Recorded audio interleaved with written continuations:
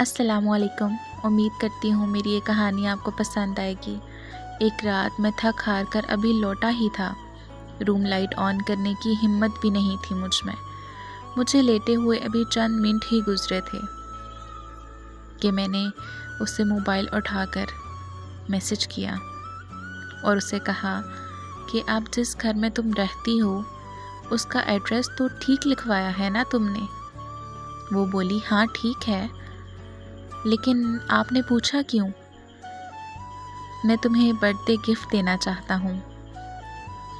मैंने इसे बात सहमे हुए लहजे में बोली। वो बोली बर्थडे गिफ्ट क्या होगा? मैंने उससे बोला बताऊँ? वो बोली हाँ बता दो। मैं तुम्हें एक ब्लैक जैकेट लेकर दूँगा। हाँ जैकेट नॉट बैड। वो बोली फिर तो मुझे भी कोई गिफ्ट देना पड़ेगा। हाँ बिल्कुल। और वो बोली क्या चाहिए आपको? अरे देखो तो कैसे शहंशाहों की तरह कह रही है कि जैसे जो मांगूंगा वो फ़ौरन दे देगी। वो हल्का सा मुस्कुराई और वो मेरे अंदर की उदासी को समझ गई थी। मैं तुमसे ऐसी कोई चीज़ नहीं मांगूंगा जो तुम्हारे इख्तियार में ना हो। वो गहरी सोच में पड़ गई और फिर बाद में मुझसे बोली अच्छा मांगो भी, क्या मांगना है? मेरी दी हुई जैकेट तुम पहनोगी ना? वो बोली हाँ ज़रूर पहनूंगी।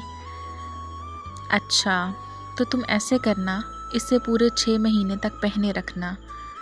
तुम्हारी खुशबू उसमें भर जाएगी तो तुम मेरी बर्थडे पर उसे वापस कर देना। वो बोली क्या मतलब है आपका?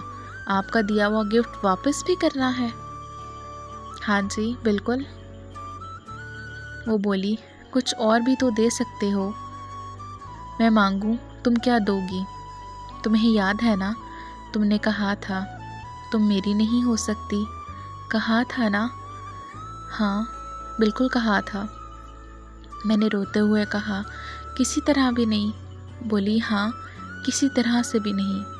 इसलिए मैं तुमसे तुम्हें नहीं मांग रहा और मैं मांग सकता भी नहीं, लेकिन तुम मुझे अपनी खुशबू दे दो।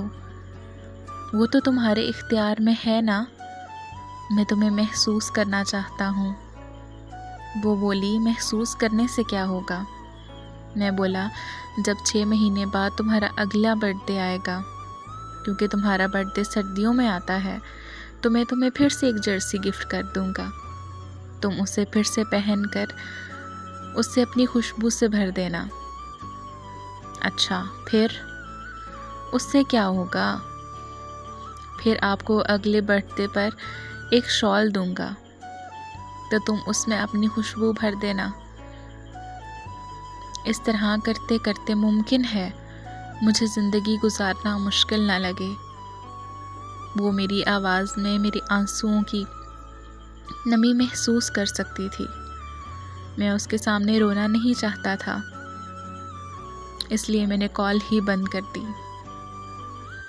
ओप्पो मोबाइल पकड़कर सोचती रही, अजीब लड़का है, मेरी खुशबू पे राज़ी हो गया। उम्मीद करती हूँ कि ये कहानी आपको पसंद आई होगी।